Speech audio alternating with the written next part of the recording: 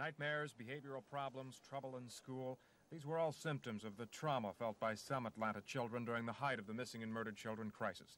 Now, 1 year later, I think that there are some situations where individual kids are experiencing what we determine stress and trauma over the situation, and then there are those who have made the adjustment. When I say make adjustments, I think that they have quickly fallen back into their day-to-day routines without feeling the threat of intimidation that was part of that crisis situation.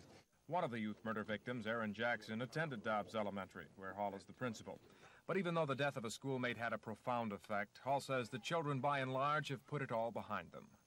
And for the most part, my experience has been that as the crisis proceeded and the families became more supportive and there were no more killings, that the children did not have any particular difficulties.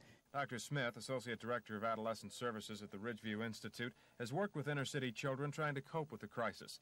Although most have done quite well, Dr. Smith points out that for some children, the trauma may have a long-term effect that would show up as a physical ailment with no apparent connection to the fear caused by the youth murders. What one would need to do would be to take a look at whether or not children are showing up with multiple somatic complaints for which one cannot find a reason. And if they do, then perhaps those symptoms might be traced back, at least in some children, to the missing and murdered children's crisis.